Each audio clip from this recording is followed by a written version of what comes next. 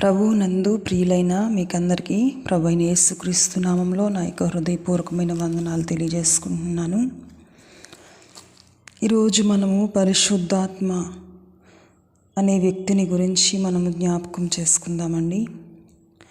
పరిశుద్ధాత్మ అంటే ఎవరు? మొదటిగా మనం ఆలోచన చేస్తే చాలామంది పరిశుద్ధాత్మ అంటే ఆయన ఒక ఆత్మ అని, ఆయన ఒక శక్తి అని రకరకాలైనటువంటి భావనలు ప్రజల్లో ఉన్నాయండి. అయితే పరిశుద్ధాత్మ అనేవారు ఆయన యొక్క వ్యక్తి అయి ఉన్నారు. ఆయన మనకి బైబిల్ గ్రంథంలో ఎక్కడ కనిపిస్తారు అంటే ఆదికాండము 1వ అధ్యాయంలో 2వ వచనంలో మనం చూస్తే 1వ వచనంలో ఆదియందు దేవుడు భూమి ఆకాశములను సృజించెను. భూమి నిరాకారముగాను శూన్యముగాను ఉండెను, చీకటి అగాధ జలములపైన కమ్మి ఉండెను, దేవుని ఆత్మ జలములపైన అల్లాడుచుండెను. ఆదికాండం 2వ అధ్యాయంలోనే మనకి పరిశుద్ధాత్మ దేవుడు కనిపిస్తారండి. అయితే పరిశుద్ధాత్మ ఆయన ఒక వ్యక్తి అయి ఉన్నారు. ఆయనకి ఒక మనస్సు ఉంది, ఆయనకు ఒక వ్యక్తిత్వం అనేది ఉంది, ఆయనకు ఒక ఉద్దేశము, ఒక చిత్తము అనేది ఉన్నది అని చాలామంది ఈ దినాన మరి ఆ విషయాల గురించిన ఆలోచన కలిగి లేకుండా ఉండటం అనేది చాలా దుఃఖకరం అండి. ఎందుకంటే ఇది పరిశుద్ధ ఆత్మదేవుడు పనిచేసేటువంటి కాలం. ఈ దినాలలో పరిశుద్ధ ఆత్మదేవుడు ఆయన ఎక్కువగా పని చేయాలని ఇష్టపడుతున్నారు. అయితే ఈ పరిశుద్ధాత్మను మనకి పరిచయం చేసిన వారు ఎవరు అంటే యేసు ప్రభు వారే మనకి పరిచయం చేశారండి. యేసు ప్రభు వారు ఆయన శిష్యులను విడిచి వెళ్ళిపోతూ ఉన్న సమయంలో ఆయన చూపిన కనికరము, ఆయన చూపిన ఆదరణ, ఆయన వారి పక్షముగా ఉండి ఎలాంటి కార్యములు చేశారు అనేది తలంచుకున్నప్పుడు వాళ్ళు చాలా దుఃఖంలో మునిగి ఉన్నారు, వాళ్ళు చాలా వేదనలో మునిగి ఉన్నారు. ఇలాంటి కనికరము కలిగి ఇలాంటి మేలు చేసేటువంటి ఇంత మంచి మాదిరి అయినటువంటి జీవితం జీవించిన వారిని మనం ఎవరిని చూడలేదు కదా. ఆయన సహచర్యంలో, ఆయన సహవాసంలో మనం ఎంతో సంతోషాన్ని, జయమును, మనం ఎంతో ఆదరణను మనం చూసాం కదా. ఎన్నో ఆశలతో మనం ఆయన వెంబడించాం కదా. కానీ ఇప్పుడు ఇంతవరకు ఎన్నో అద్భుతాలు చేసినటువంటి, ఎంతో ప్రేమను చూపినటువంటి యేసు ప్రభు వారు ఇప్పుడు మిమ్మల్ని విడిచి నేను వెళ్ళిపోతున్నాను అనే మాటను వాళ్ళు జీర్ణించుకోలేకపోయారండి. వాళ్ళు ఎంతో దుఃఖంలో ఉన్నప్పుడు యోహాను సువార్తలో 14వ అధ్యాయంలో దేవుడు పరిశుద్ధాత్మ దేవుణ్ణి పరిచయం చేస్తూ ఉన్నారు. యోహాను సువార్త 14వ అధ్యాయము 16వ వచనం మనం చూస్తే, నేను తండ్రిని వేడుకొందును, మీ యొద్ద ఎల్లప్పుడూ నుండుటకై ఆయన వేరొక ఆదరణకర్తను అనగా సత్య స్వరూపియగు ఆత్మను మీకు అనుగ్రహించును అని దేవుడు యేసు ప్రభు వారు శిష్యులకు పరిచయం చేస్తున్నారండి. నేను వెళ్ళిపోయిన నా వంటి స్వభావం ఉండి వేరొక ఆదరణకర్త అయినటువంటి పరిశుద్ధాత్మను నేను మీ వద్దకు పంపిస్తాను, తండ్రిని నేను వేడుకుంటాను, ఆయన మీకు అనుగ్రహిస్తారు, సత్యస్వరూపియగు ఆత్మను మీకు అనుగ్రహిస్తారు అని దేవుడు యేసు ప్రభు వారే పరిచయం చేస్తున్నారండి. లోకము ఆయనను చూడదు, ఆయనను ఎరుగదు గనుక ఆయనను పొందనేరదు. మీరు ఆయనను ఎరుగుదురు, ఆయన మీతో కూడా నివసించును, ఆయన మీలో ఉండును, ఈమెను అనాథులుగా విడువను, మీ యొద్దకు వత్తును. యేసు ప్రభు వారు ఇలాంటి ఆదరణ మాటలతో ఆయన శిష్యులతో మాట్లాడుతూ ఉన్నారు. ఆ సందర్భంలో, ఆయన వెళ్ళిపోయే సందర్భంలో పరిశుద్ధాత్మ దేవుణ్ణి వారికి పరిచయం చేస్తున్నారు. నేను వెళ్ళని ఎడల మీకు ప్రయోజనము కలుగదు, నేను వెళ్ళి వేరొక ఆదరణకర్తను మీ యొద్దకు పంపుతానని దేవుడే సెలవిచ్చారు. అయితే పరిశుద్ధాత్మ ఎవరికి మరి ఆయన దొరుకుతారు? పరిశుద్ధాత్మ ఎవరి జీవితంలో ఆయన అడుగు పెడతారు? పరిశుద్ధాత్మను కలిగి ఉండాలని ఆశపడుతున్నాం, కానీ పరిశుద్ధాత్మను మేము పొందుకోలేకపోతున్నామని చాలామంది చింతపడుతూ ఉంటారండి. అయితే మరి పరిశుద్ధత కలిగి ఎక్కువగా ప్రార్థన చేస్తూ దేవునికి సమీపంగా ఉండే వారికి మాత్రమే ఆ పరిశుద్ధాత్మ అనే వరము దొరుకుతుంది అని చాలామంది అపోహపడుతూ ఉంటారండి. కానీ పరిశుద్ధాత్మ దేవుడు ప్రతి ఒక్కరిని కూడా ఆయన ఎంతో ఉన్నతంగా ప్రేమిస్తున్నారు. యేసుప్రభు వారు పాపిని కూడా ఎలా ప్రేమించారో, యేసుప్రభు వారు పాపుల యొద్దకు వెళ్ళి స్వయంగా సమరయ స్త్రీ యొద్దకే కావచ్చు, మరి ఇంకా చాలామంది పాపంలో ఉన్న వారి యొద్దకు జక్కయ్యనే కానీ, ఆయన ఎవరిని కూడా సేనదయాలు పట్టిన వ్యక్తిని కానీ ఎవరిని కూడా ఆయన అసహించుకోలేదండి. ఎవరిని కూడా కుష్ఠరోగిని కూడా ఆయన తోలనాడలేదు. అలాంటి ప్రేమ కలిగినటువంటి యేసు ప్రభు వారు ప్రతి ఒక్కరిని అపవిత్రులని కూడా ఎంచకుండా ఎలాగూ వారి జీవితాలని మార్చి, ఎలాగూ వాళ్ళ జీవితాలని అద్భుతమైన జీవితాలుగా మార్చివేశారు అనేది మనం ఒక్కసారి జ్ఞాపకం చేసుకోవాలి. యేసు ప్రభు వారు చెప్తున్నారు, నేను వేరొక ఆదరణకర్తను మీ యొద్దకు పంపుతాను. వేరొక ఆదరణకర్త అంటే యేసు ప్రభు వారు ఒక ఆదరణకరమైనటువంటి దేవుడు. సేమ్ నా వంటి అనే మాట అర్థమిచ్చేటువంటి మాట. ఆయన ఎలాంటి గుణలక్షణాలు కలిగి ఉన్నారో పరిశుద్ధాత్మ దేవుడు కూడా అటువంటి గుణలక్షణాలే కలిగి ఉన్నవారు. అటువంటి కనికరం, అటువంటి ప్రేమ, అటువంటి మనుషుల ఎడల తీసుకునే బాధ్యత పరిశుద్ధాత్మ దేవునిలో కూడా మనకి కనిపిస్తుందండి. అయితే విచారకరమైన విషయం ఏమిటంటే ఈ దినాల్లో ఎక్కువ మందిని పరిశుద్ధాత్మ దేవుని గురించి ఒక పట్టింపు అనేది లేకుండా, ఒక గ్రహింపు అనేది లేకుండా మనం జీవించడం అనేది చాలా విచారకరం. పరిశుద్ధాత్మ దేవుడు ప్రతి ఒక్కరి జీవితంలో కూడా ఆయన అడుగు పెట్టాలని ఇష్టపడుతున్నారు. ఆయన ఎవరికి ఆయన దొరుకుతారు, ఎవరి జీవితంలోనికి ఆయన వస్తారు అంటే అపోస్తలుల కార్యములు 2వ అధ్యాయము 38వ వచనంలో పేతురు భక్తుని ద్వారా మనకు ఆ వాక్యం తెలియజేయబడుతూ ఉంది. ఎవరైతే రక్షణ, మారు మనసు అనుభవం కలిగి ఉంటారో వారు పరిశుద్ధాత్మ అనే వరము పొందుకుంటారని అక్కడ రాయబడి ఉంది. మారు మనసు పొందినటువంటి వారం, ఎవరైతే రక్షణ బాప్తిస్మము పొందిన వారంగా ఉంటామో వారి జీవితంలోనికి పరిశుద్ధాత్మ దేవుడు రావడానికి ఇష్టపడుతున్నారు. నేను ఇంకా కొన్ని విషయాల్లో మార్పు చెందాలి, నేను పరిశుద్ధాత్మ దేవుణ్ణి ఆహ్వానించలేను అంటే మన జీవితంలో మనము ఎన్నడూ కూడా ఆయన్ని మనము సంపాదించుకోలేము, ఆయన కలిగి మనము జీవించలేము. పరిశుద్ధాత్మ దేవుడు మనలోనికి ఎందుకు రావాలని ఆశపడుతున్నారంటే ఆయన మనల్ని పరిపూర్ణులుగా చేయడానికి ఆయన రావాలని ఇష్టపడుతున్నారు. యేసు ప్రభు వారు చెప్తున్నారు పరిశుద్ధాత్మ దేవుని గురించి. ఇదే యోహాను సువార్త 14వ అధ్యాయము 26వ వచనంలో మనం చూస్తే, ఆదరణకర్త అనగా తండ్రి నా నామమున పంపబో పరిశుద్ధాత్మ సమస్తమును మీకు బోధించి నేను మీతో చెప్పిన సంగతులనన్నిటినీ మీకు జ్ఞాపకము చేయును. పరిశుద్ధాత్మ దేవుడు ఆయన సమస్తమును మనకి బోధించేవారుగా ఉన్నారు. చాలాసార్లు మన స్వంత నిర్ణయాలు, మన స్వంత ఆలోచనలు, మన స్వంత ఉద్దేశ్యములు, మన చుట్టూ ఉన్న వారిని చూసి మనుష్య రీతిగా మనం ప్రవర్తిస్తూ ఉంటాం, ఆలోచన చేస్తూ ఉంటాం. మనకు బోధించేటువంటి ఒక బోధకుడు తప్పనిసరిగా అవసరమని యేసుప్రభు వారు ఎరిగి ఉండి ఆయన మీకు సమస్తమును బోధిస్తారు అని యేసుప్రభు వారు చెప్తున్నారు. ఎవరైతే పరిశుద్ధాత్మ దేవుణ్ణి వారి జీవితంలోనికి ఆహ్వానించి ఆయనతో సహవాసం చేస్తారో వారికి పరిశుద్ధాత్మ దేవుడు సమస్తమును బోధించుతారు. మనం అడగాలి, పరిశుద్ధాత్మ దేవా మీరు నాలో ఉండి నాకు బోధించండి, నేను ఎలా జీవించాలో నాకు బోధించండి, నాకు సమస్తమును మీరు బోధించండి.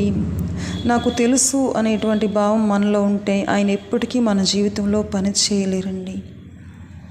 నేను చేస్తున్నది కరెక్టే అని మనం అనుకున్నట్లయితే ఎప్పటికీ మనం సరి చేసుకోలేమండి. పరిశుద్ధాత్మ దేవుడు ఆయన ప్రతిదినము మనలో ఉండి మనకు సమస్తమును బోధించాలని ఇష్టపడుతున్నారు. ఆఖరికి మన వ్యక్తిగతమైన, మన శరీర సంబంధమైన భౌతికమైన జీవితంలోనూ, మన ఆధ్యాత్మిక జీవితంలోనూ, మన మానసిక జీవితంలోనూ, దైనందిన జీవితంలోనూ, మన ప్రతి విషయంలోనూ, ప్రతి పనిలోనూ ఆయన మనకు సహకారిగా ఉండి సమస్తమును ఆయన బోధించాలని ఇష్టపడుతున్నారు.